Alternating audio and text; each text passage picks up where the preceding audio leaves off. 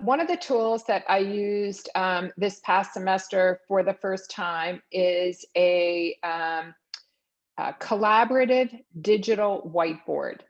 The two big tools are Mural, Mural, and Mira, Mira. Both are used by different faculty at Vanderbilt, and both have educator licenses so that you can use them for free.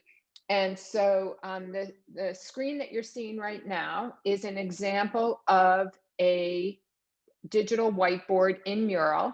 For those not familiar with it, this visual is my attempt to recreate the Peabody campus. The green is the Peabody lawn, and the squares all around it are each named after the buildings that surround that lawn. Each of those squares or buildings is a digital workspace. So what I'm sharing is the visual from the very first week of class. They each came to class prepared with a project for their Shark Tank-like competition. And if you go to the second screen, so wait, before you do, on the right, the big gray square with a blue it's really a sticky note in the middle is the parking lot. It is where the actual physical parking lot is. And it was a parking lot for ideas, comments, questions. On the far right, you can see a list of about 7 items. Those are all hyperlinked. So if you go to the second screenshot, if you click on group 4, that would take you to the you can use that. It's a hyperlinked table of contents that's always on the right-hand side of the screen, and you create that table of contents on your own. And the image, this idea prioritization, is a built-in framework in the Mural library. Mira and Mural both have really significant libraries of built-in templates. You can also create your own. But this was a way for the groups to share their ideas. I had the sticky notes in each room, and they just literally click and drag them, and the students had no trouble picking this up in about 3 minutes. A little harder for those of us who are not computer scientists and over the age of maybe 35, but it's still quick. Anyway, they each wrote their ideas down, and then they shared them with one another, and then they prioritized them.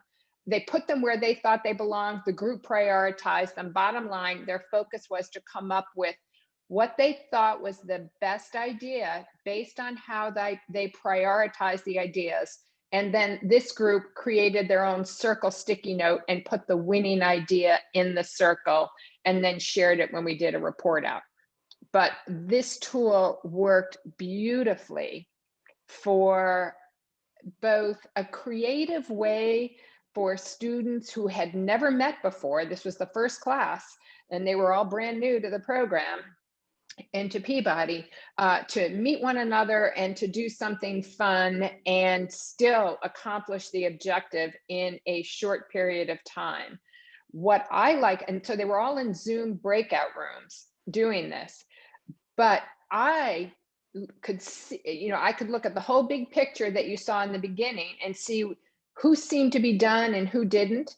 I could go around from Zoom room to Zoom room, but I could also stay out of the Zoom rooms and just monitor what they were putting on the whiteboard to know maybe who needed help, how far the group was coming, how much more time I needed to allocate to the exercise. Very easy to see all of that at a glance. I love it. I will continue to use this in classes. So one tool that I use, and I have been using it for several years, it has just become invaluable since COVID.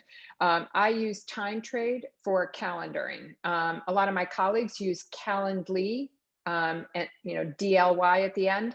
If you are not using a calendar tool, I encourage you to make the tiny investment in one. I go in, it's linked to my calendar. I identify in advance what time slots are available to meet with me. So this is how I do all office hours. And when we're on on campus, I still use it for in-person office hours. It is particularly useful for group work because I require all the groups to, on major projects, to schedule one meeting, at least one meeting with me, but they can schedule more if they want. But I'd have to do nothing except in the beginning of the semester or on an interim basis, upload available time slots, and then students go in and grab what works for them. So huge time saver. In terms of, takeaway, I dreaded group work in a hybrid environment, and I think it was a lifesaver in terms of what the students got out of the class.